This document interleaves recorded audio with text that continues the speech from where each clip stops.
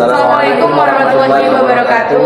Kami dari kelompok 8 yang beranggotaan saya sendiri, Muhammad Nasrul Haq, kemudian Nafila Rizky Halda. Saya Simratul Rupiah. ingin mencoba menjelaskan materi kami yang berjudul Faktor dan nilai produksi dalam Islam. Nilai dan moral Islam memainkan peran penting dalam bidang produksi. Berikut adalah beberapa nilai dan moral Islam yang relevan dalam bidang produksi. Yang pertama adalah prinsip keadilan. Prinsip keadilan dalam Islam adalah memberikan hak-hak yang adil kepada semua pihak yang terlibat dalam proses produksi, termasuk pekerja, pemilik modal, dan konsumen. Yang kedua adalah prinsip keberkahan. Islam mengajarkan konsep keberkahan dalam segala aspek kehidupan, termasuk dalam produksi.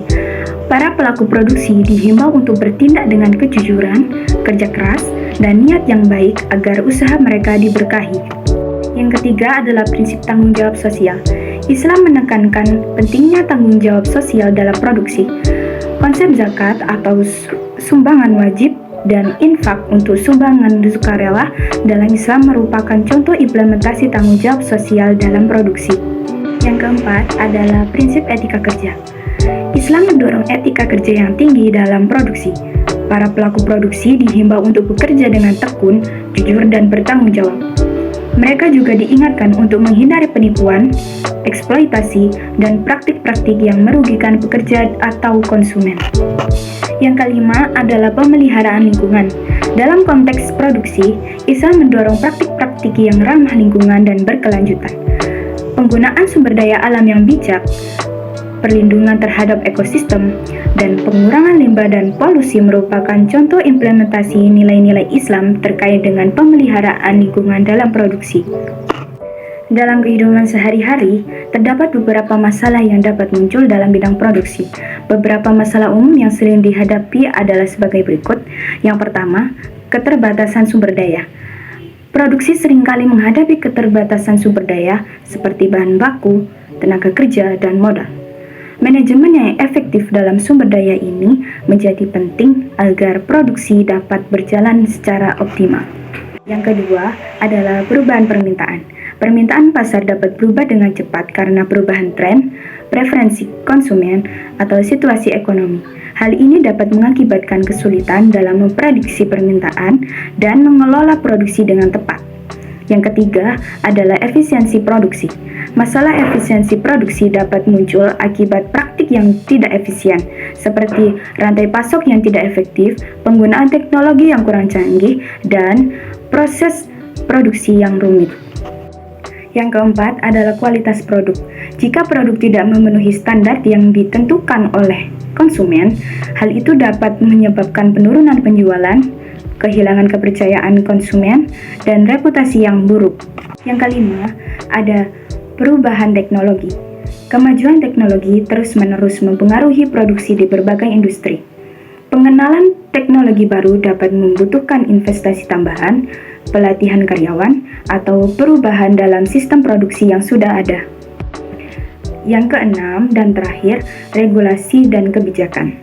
Perusahaan harus memahami dan mematuhi peraturan dan kebijakan yang berlaku, seperti peraturan lingkungan, aturan keselamatan kerja, dan kebijakan perdagangan. Perilaku produksi dalam Islam.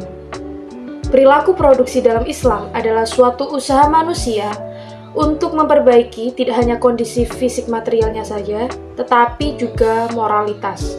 Sebagai sarana untuk mencapai tujuan hidup sebagaimana digariskan dalam Islam, yaitu kebahagiaan dunia dan juga akhirat. Dalam Islam, produksi dianggap sebagai ibadah jika kita melakukannya dengan niat yang benar dan untuk mencari ridho Allah.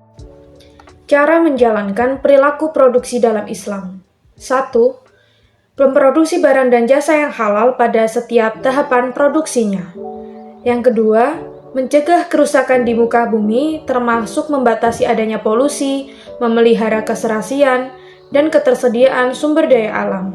Yang ketiga yaitu produksi dimaksudkan untuk memenuhi kebutuhan individu dan masyarakat serta mencapai kemakmuran.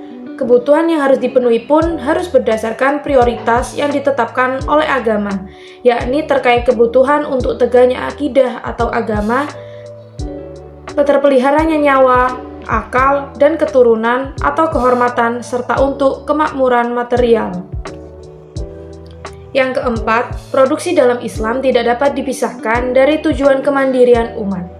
Untuk itu, hendaknya umat memiliki berbagai kemampuan, keahlian, dan perasaan yang memungkinkan terpenuhinya kebutuhan spiritual dan material.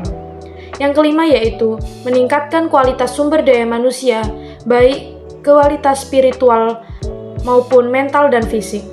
Kualitas spiritual terkait dengan kesadaran rohaninya. Kualitas mental terkait dengan etos kerja, intelektual, kreativitasnya, serta fisik mencakup kekuatan fisiknya, kesehatan, efisiensi, dan sebagainya. Menurut Islam, kualitas rohania individu mewarnai kekuatan-kekuatan lainnya, sehingga membina kekuatan rohania menjadi unsur penting dalam produksi Islam. Eksplorasi sumber daya dalam perspektif Islam. Sumber daya alam merujuk pada segala jenis bahan atau komponen yang ada di lingkungan alami dan dapat dimanfaatkan oleh manusia untuk memenuhi kebutuhan mereka. Contoh sumber daya alam meliputi tanah, air, mineral, hutan, energi, udara, serta keanekaragaman hayati. Sumber daya alam memiliki peran penting dalam mendukung kehidupan manusia dan perkembangan ekonomi. Mereka memberikan bahan baku untuk industri, energi untuk pembangkit listrik, air untuk pertanian dan konsumsi, serta tempat tinggal bagi berbagai spesies organisme. Namun, pengelolaan sumber daya alam harus dilakukan dengan hati-hati agar tidak mengalami kerusakan atau kepunahan yang berdampak negatif pada keberlanjutan ekosistem dan keseimbangan lingkungan. Imam Al-Ghazali berpendapat bahwa tujuan utama syariah, yakni maqasidus syariah, adalah untuk mempromosikan kebahagiaan umat manusia yang meliputi melindungi agama mereka, menjaga keselamatan jiwa, pikiran, melindungi garis keturunan, dan menjaga harta benda. Maqasidus syariah berfungsi sebagai standar dasar dalam eksplorasi sumber daya. Hal ini berkaitan bahwa Islam memberikan kebebasan manusia untuk mengelola sumber daya yang ada untuk kemaslahatan umat dan juga meminimalisir mafsadah. Pendekatan moral etnis dalam eksplorasi dan pengelolaan potensi sumber daya perlu diterapkan untuk memastikan keberlanjutan lingkungan. Dalam konteks ini, prinsip-prinsip umum Islam dapat dijadikan pedoman dalam menjaga moralitas dan kelestarian lingkungan. Berikut ini beberapa prinsip etika yang terkait dengan eksplorasi dan pengelolaan sumber daya. 1. Kepatuhan terhadap norma-norma etis. Eksplorasi dan pengelolaan sumber daya harus dilakukan sesuai dengan ajaran agama dan tidak melanggar norma-norma yang berlaku dalam Islam. Hal ini mencakup prinsip-prinsip ishah atau perbaikan dan ifsad dan kerusakan. Eksplorasi yang dilakukan seharusnya berfokus pada penggalian sumber daya hewani, hayati, mineral, dan potensi lainnya yang hanya terdapat di lingkungan dengan menjaga keseimbangan alam. Hasil dari eksplorasi tersebut juga harus dialokasikan dengan secara adil untuk kesejahteraan masyarakat. 2. Pembatasan eksplorasi berlebihan. Agama Islam melarang pemborosan dalam pengelolaan sumber daya yang tidak berujung baik. Terkadang manusia cenderung mengeksploitasi sumber daya secara berlebihan semata-mata demi keuntungan ekonomi tanpa mempertimbangkan dampak negatifnya. Contohnya adalah penggunaan bahan kimia dan alat berbahaya dalam penangkapan hasil laut, atau juga penambangan dan pembakaran hutan untuk perluasan lahan tanpa reboisasi, penambangan yang berlebihan, membuang limbah pabrik ke lokasi sumber daya lain yang lebih dibutuhkan masyarakat seperti sungai. 3. Pelestarian konservasi lingkungan. Pendekatan etika dalam Islam mengajarkan perlakuan yang baik terhadap seluruh populasi, baik flora maupun fauna di berbagai habitat dengan tujuan ibadah kepada Allah.